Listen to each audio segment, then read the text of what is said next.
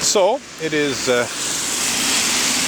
January the 3rd of 2016. I'm in front of the Unitarian Church of Montreal, engaged in my alternative spiritual practice of protesting against Unitarian Universalist injustices, abuses, and hypocrisy. And I'm off to a pretty good start. I've had pretty good visibility in terms of church members arriving for the first service of 2016. I've had a couple of interesting chats with members of the public walking by the church. I've had one brief conversation with an SPVM police officers who stopped and asked about the protest, whether it was a result of a call or whether they were just curious. I don't know, but I saw police vehicles at least 4 times during my protest so far, and on the last occasion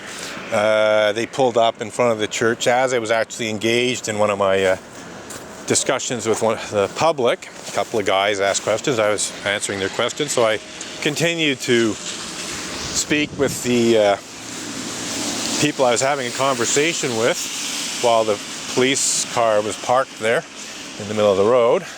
And then I finally asked the police, do you want to talk to me? And they apparently did. So we had a brief little chat. They just, wanted to know what the protest was about. So I briefly told them, and that was that. They went on their way.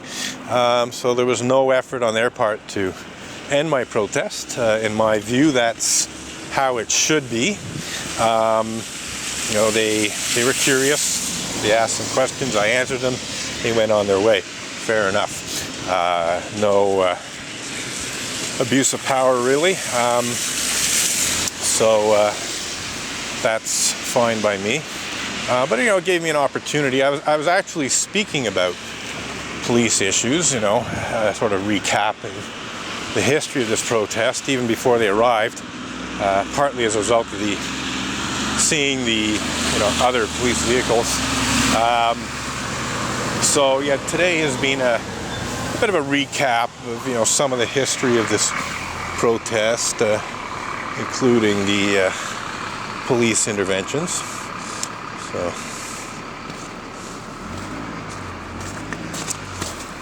anyhow, I think we're going to wrap it up soon. I've already been protesting for more than an hour now, and as I said, I've had very good visibility in terms of church members,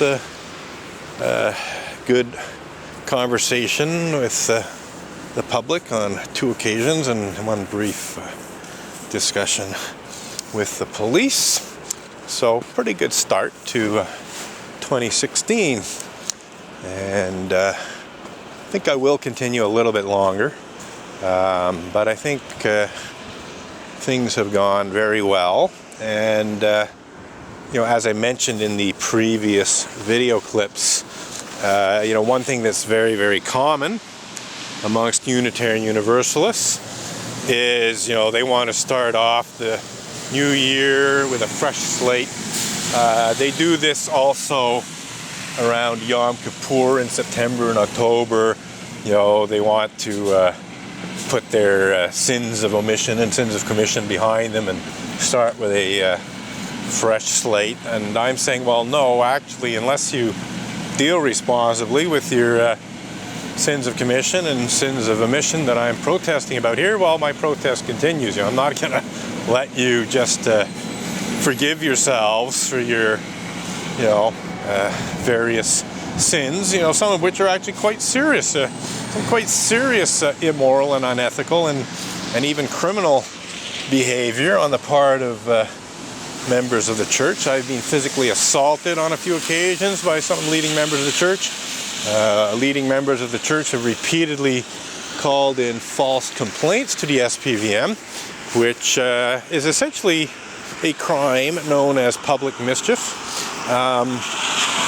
So even though I haven't really tried all that hard to have Montreal Unitarians charged with public mischief for their false complaints, I will say And this is something that I haven't related yet, and it's almost the second anniversary of, so it's worth bringing up.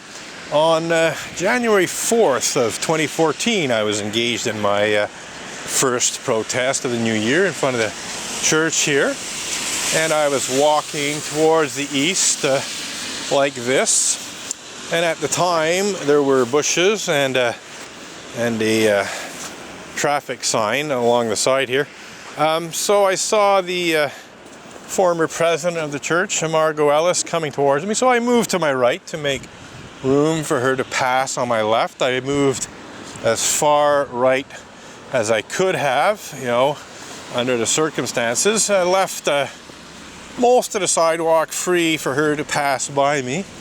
But no, she barged into me, elbowed me, and gave me such a hard body check that I literally fell on my ass in the snow. So, you know, I berated her for giving me that body check. And then she went into the church. And, you know, I was debating whether or not I should call in a report of an assault to the SPVM. You know, it's very rare that I call in complaints, you know, about Montreal Unitarians behaving badly, but, you know, this was a real assault. You know, I was not seriously hurt, but, you know, she deliberately gave me a body check, knocked me on my butt, and I thought, you know, at minimum, I should probably call the police and ask them, well, what would you like to do about this? What do you want to do? And so I didn't call in a complaint. I'm basically debating these issues out loud, just as I'm narrating now. And about an hour or so later, the police showed up. I hadn't called them. And the next thing I knew, I was being accused of knocking a woman down in front of the church. You know, so essentially what had happened is that somebody at the Unitarian Church of Montreal, either Margot Ellis herself or an accomplice, had called in a false complaint to the SPVM saying that, you know, I had assaulted a woman in front of the church. And, you know, here were these SPVM police officers accusing me of knocking a woman down in front of the church. And I said, well, that didn't happen. In fact, the exact opposite happened. And one of the officers said, oh, we have eyewitnesses. I said, no, you don't. You don't have eyewitnesses to something that didn't happen. And I said, not only do you not have eyewitnesses, but I have video of being assaulted by this church member. And on top of that, the surveillance camera we see here had been recently installed. So I said, you know, that camera up there probably also has video of what really happened. So, you know, A, I did not assault anyone, and B, on the contrary, I was assaulted by Margot Ellis. So since you guys are here, I expect you to go in there and arrest Margot Ellis for assault, and not only assault, but whoever's making this false complaint against me, I want you to get let them fill out the report, let them, you know, make it all official, and once they've done that, I'll have them charged with public mischief for making a false complaint to the police. Well, the police didn't exactly do that. They did not, to the best of my knowledge, take a formal report from the person who falsely accused me of assaulting someone, just so I could turn around and accuse them of public mischief and have lots of evidence of that in terms of the written police report. So the police balked at doing that, but they did take my report of the assault against me by Margot Ellis. They actually behaved reasonably well throughout that. But unfortunately, the detective who was assigned to my complaint basically chose to do nothing. So the detective pretended that she didn't have enough evidence to obtain a conviction against Margot Ellis for assaulting me, and she didn't even touch the complaint about the false accusation against me. She's totally swept that aside. So in my view, the detective basically abdicated her responsibility as a police officer to do her job, but that's not unusual. This happens all the time with the SPVM, to say nothing of other police forces, you know, where an actual crime is being committed and the cops just don't want to deal with it for whatever reason. So nothing happened in the end. You know, my complaint was taken by the police, but that's as far as it went. But that doesn't change the fact that you know, I have video evidence of Margot Ellis assaulting me, knocking me on my butt, and I have video evidence of my conversation with the police. You know, so the truth is available to those who seek it.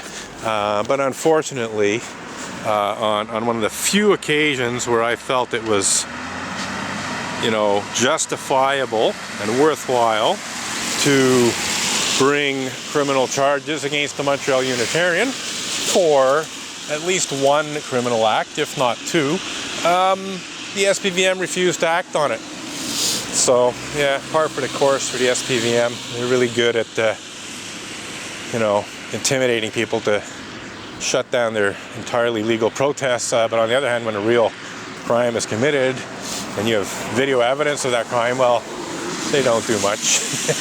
And I'm not talking about just that situation. You know, I've had items stolen from me and the police have refused to investigate the thefts and so on.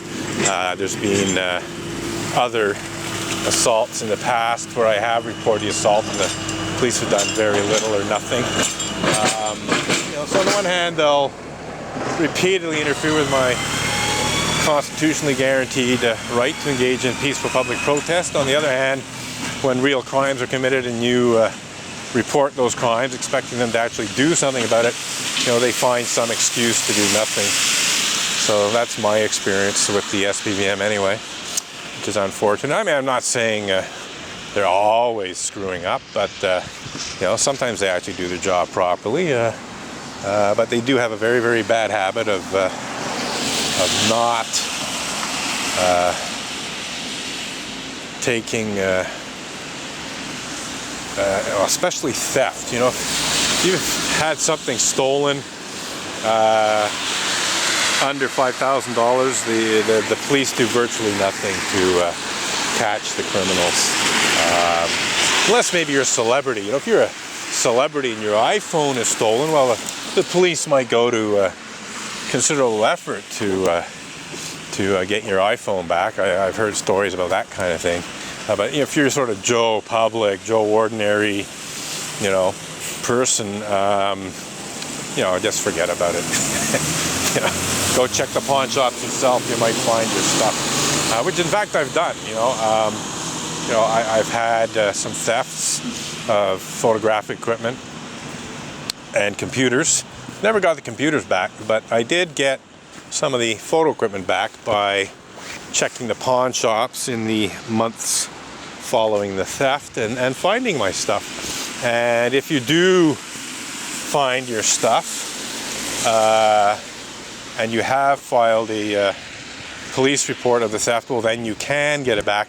But what's interesting is that you have to buy it back from the pawn shop for whatever they paid for it. Now, the good news is that, you know, pawn shops, they have a pretty good idea when something's hot, so they don't pay a lot for it when they think it's hot. So it doesn't cost that much to get your stuff back. But nonetheless, it's really a scam. You know, the pawn shops know perfectly well that they're receiving stuff that's most likely stolen. So they give the thief or the intermediary a small amount of money to get it. You know, so if you happen to find your stuff in the pawn shop, well, it doesn't cost you too much to get it back. But then again, even when you've actually found your stuff in a pawn shop, you know, which would, you think, lead to the police, you know, finding out who the thief is and doing something about it, well, no, that basically doesn't happen. You just get your stuff back and it's dropped. Yeah, I'm not really impressed with how the SPVM deal with complaints about theft or even assault like the one I reported.